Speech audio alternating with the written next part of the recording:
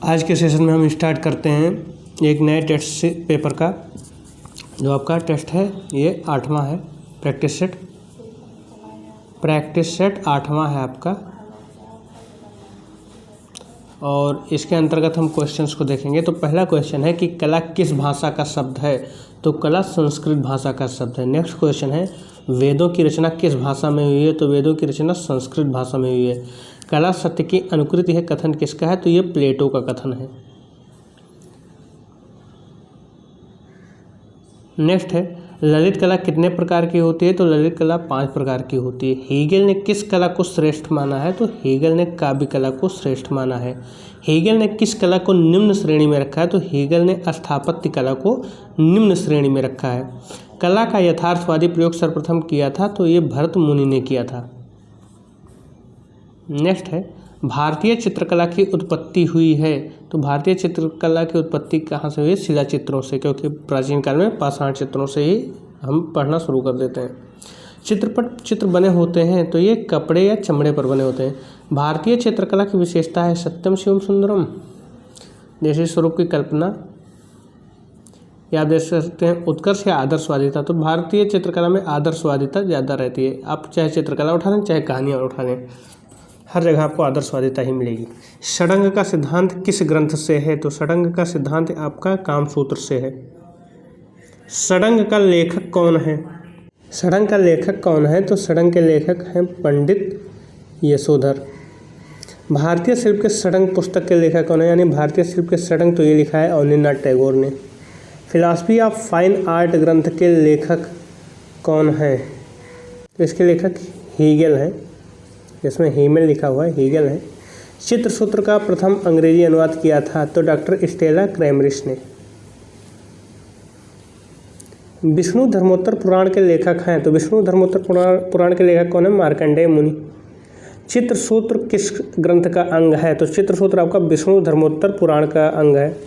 चित्रसूत्र में कितने रंगों का उल्लेख मिलता है। तो चित्रसूत्र में 5 रंगों का उल्लेख मिलता है। भरत मुनि के अनुसार रसों की संख्या है। तो इनके अनुसार 8 रस हैं। कितने, 8 रस।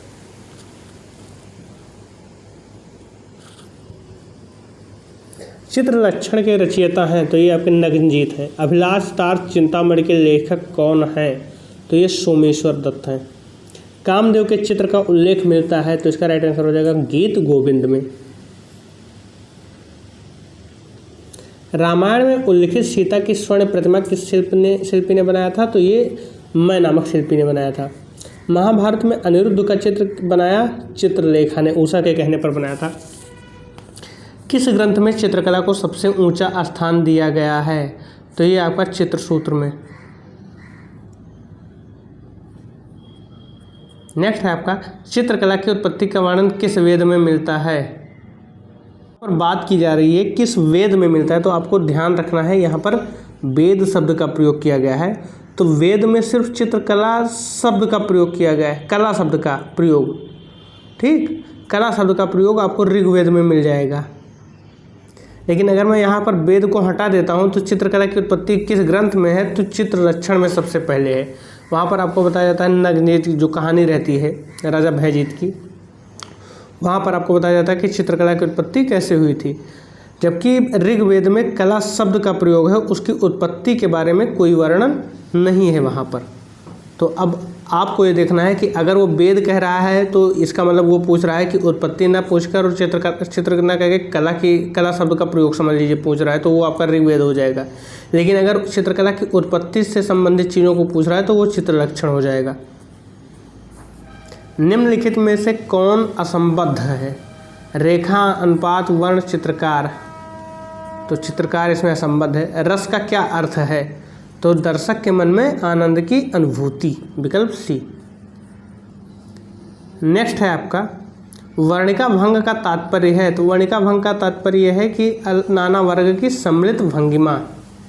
माइकल एंजेलो ने मानव देहकृति को कितने भागों में बांटा। तो ये इन्होंने 8 भागों में बांटा। संबद्धता का सिद्धांत कहा जाता है, ये किसके परिप्रेक्ष्य में होता है। तो संबद्धता का सिद्धांत प्रमाण के परिप्रेक्ष्य में देखा जाता है। ठीक है। नेक्स्ट है आपका भारतीय सौंदर्य शास्त्र के प्रथम दार्शनिक थे।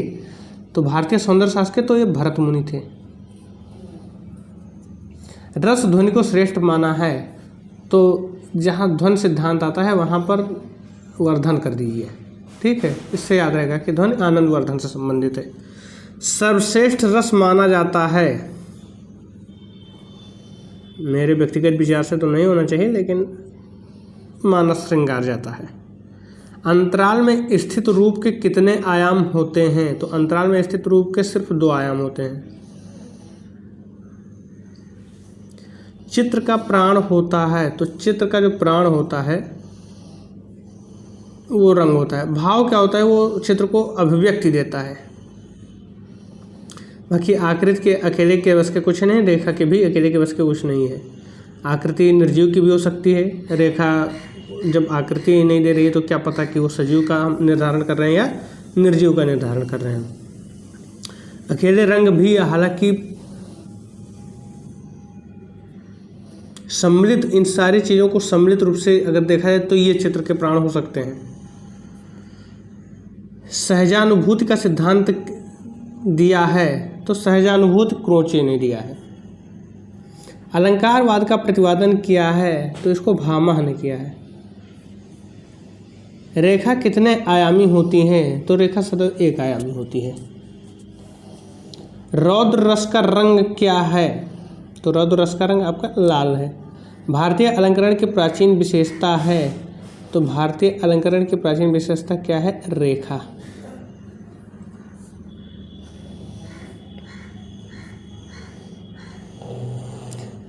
कत्थई रंग बनता है, तो कत्थई रंग आपका कैसे बनता है? लाल प्लस हरा मिलाकर। प्रजनन एवं विकास किस रंग का प्रतीक है? तो ये हरे रंग का। एक रंग से बने चित्र को क्या कहते हैं? तो मोनोक्रोम। स्वर्णिम विभाजन का सिद्धांत दिया है, तो स्वर्णिम विभाजन का सिद्धांत यूनानियों ने दिया है। प्रभाविता के सिद्धांत का प्रयोग किस गुफा में सफलतापूर्वक किया गया है? प्रभाविता के सिद्धांत का उपयोग अजंता में किया गया है। मूर्ति कितने आयामी होती है? तो मूर्ति 3 आयामी होती हैं। परिप्रेक्ष्य शब्द का किस मूल्य का है? तो ये लैटिन मूल्य का है। सबसे अधिक ठंडा रंग होता है, तो सबसे अधिक ठंडा रंग क्या है इसमें? हरा।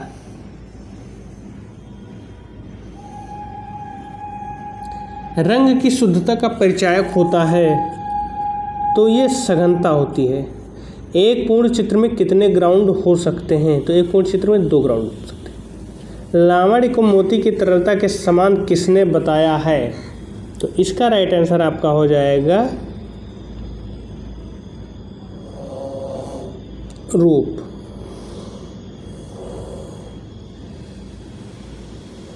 अवनींद्रनाथ टैगोर ने किस माध्यम में अपने चित्र बनाए हैं? तो अवनींद्रनाथ टैगोर ने जो चित्र बनाए हैं वो जल रंग में बनाए हैं।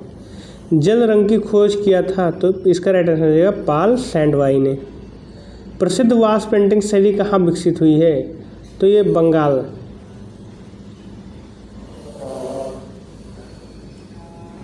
ठीक है। भारत में वाश पेंटिंग प्रारंभ किया, तो अवनींद्रनाथ टैगोर ने किया था। रैपिड स्केच किसे कहते हैं? फास्ट स्केच को।